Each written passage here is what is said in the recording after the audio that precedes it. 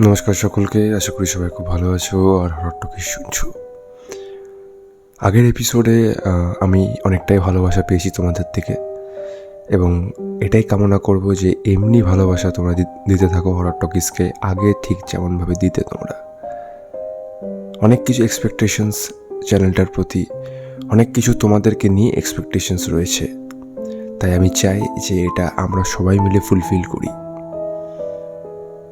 আগের এপিসোডের রেসপন্স দেখে আমি একটু হলেও মোটিভেট হই, আগের সেই কাজ করা উত্তেজনাটা আমি ফিরে পাই, তাই আমার খুব ভালো লাগে। তাই আজকে আবারও চলে এসেছি আরেকটা দুর্দান্ত ধরনের একটি ঘটনা। আজকের ঘটনা পাঠিয়েছে সৈকত হালদার, ছিন্নমস্তা, আমাদের আসানসোলের ছিন্নমস্তা থেকে। সো সৈকত যেভাবে আমাকে ঘটনাটি পাঠিয়েছে ঠিক সেভাবে তোমাদের মধ্যে তুলে ধরছি।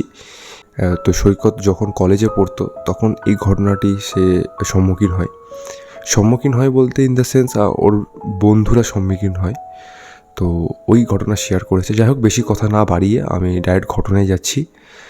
ঘটনা সৈকত হালদার, ছিন্নমস্তা, আসানসোল থেকে। নমস্কার দাদা, আমি সৈকত হালদার। আমি আসানসোলে থাকি, আমি জানি তুমিও আসানসোলেই থাকো।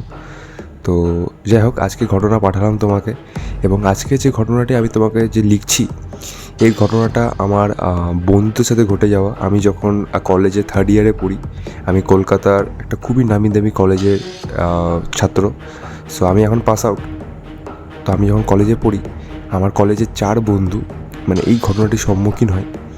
তো আজকে ভাবলাম যে এই ঘটনাটা তোমার সাথে শেয়ার করা দরকার, এবং আমার ভালো লাগলো যে শেয়ার করতে, তাই আর কি তোমার কাছে লেখা। 4 বন্ধু, রিভু, সাগনিক, প্রীতম আর অর্ক, উইকেন্ড ট্রিপে গেল পাহাড়ে। কারণ তারা 4 জনই খুবই পাহাড় প্রেমী। বুক করা কটেজে পৌঁছে তারা বুঝলো জায়গাটা খুবই নির্জন, আশেপাশে আর কোনো বাড়ি নেই। কটেজের মালিক চাবি দিয়ে শুধু বলল,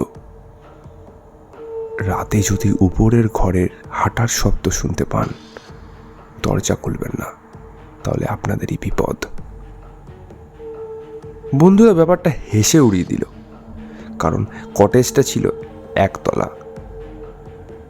রাতে আড্ডা, গান, কাঠ খেলা চলছিল। বাইরে ঝড় শুরু হলো। হঠাৎ ধূপ ধূপ ধূপ, ছাদের উপরে যেন কেউ হাঁটছে। 4 জনই থেমে গেল। অর্ক বলল, হয়তো ডালপালারে, কিছু হবে না, চল চল চল, নে নে রিবু, কাঠটা ফেল। তারপর আবার সে শব্দ, এবার একদম মানুষের পায়ের মতন। ধীরে ধীরে পায়ের আওয়াজটা ভারী হয়ে উঠছে। ধূপ ধূপ ধূপ। শাগনিক মজা করে চিৎকার করল, কে রে ভাই, মার খাবি নাকি, যাবো নাকি?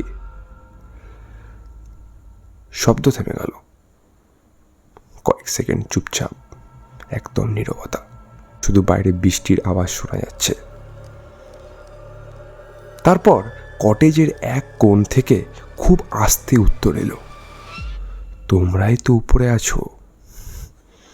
4 জন একে অপরের দিকে তাকালো, কারণ তারা সবাই নিচতলায় বসে। হঠাৎ লাইট কয়েকবার জ্বলে নিভে গেল। প্রীতম লক্ষ্য করলো ঘরের শেষে একটা দরজা আছে, যেটা আগে কেউ খেয়াল করেনি। দরজার উপরে ধুলো জমে, কিন্তু হাতলের উপর টাটকা আঙুলের দাগ। রিভু ধীরে ধীরে দরজাটা খুলল। ভেতরে সরু কাঠের সিঁড়ি, উপরে উঠছে, কিন্তু মালিক তো বলেছিল 1 তলা বাড়ি।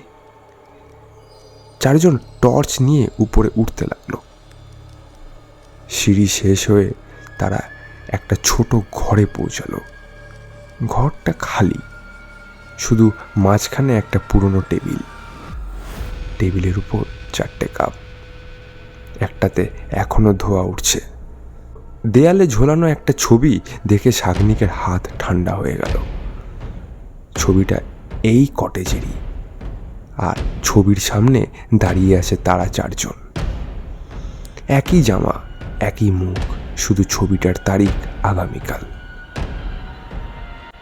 ঠিক তখন নিচতলা থেকে দরজা বন্ধ হওয়ার শব্দ এলো। তারপর ধীরে ধীরে নিচে কারা যেন হাঁটতে শুরু করলো। ধুপ ধুপ ধুপ। চারজন চুপ করে দাঁড়িয়ে, কারণ নিচে যারা হাঁটছে তাদের গলার আওয়াজ একদম তাদের মতনই হুবহু। তারপর তারা ওইখানে অজ্ঞান হয়ে পড়ে যায়। পরদিন সকালে জ্ঞান ফিরে সে দেখে তারা চারজনই হসপিটাল বেডে। ঘরের মালিকের তারপর থেকে কোনো পাত্তা নেই। তারা ওই হসপিটালে ডিসচার্জ হওয়ার পরই তাদের লাগেজ নিয়ে বাড়ি ফিরে চলে আসে। তারপর থেকে ওই কটেজের কোনো নামগন্ধ নেই। তারা আর কোনো খবরও পায় না ওই কটেজের মালিকের সম্বন্ধে। এই ঘটনাটির পর তারা চারজনই খুবই ডিপ্রেস ছিল দাদা। প্রায় 1 মাস 1.5 মাসের মতন তারা কারোর সাথে ভয়ে কথা বলতে পারতো না। ঘটনাটা শেয়ার করা তো দূরের কথা দাদা, কারোর সাথে ভয়ে কথা পর্যন্ত বলতে পারতো না। তো আস্তে আস্তে ব্যাপারটা নর্মাল হয়, তারা এখন ঠিক আছে।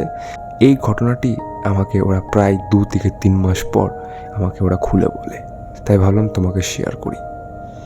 প্রতি রবিবার আমি হরর টকিজ শুনি দাদা।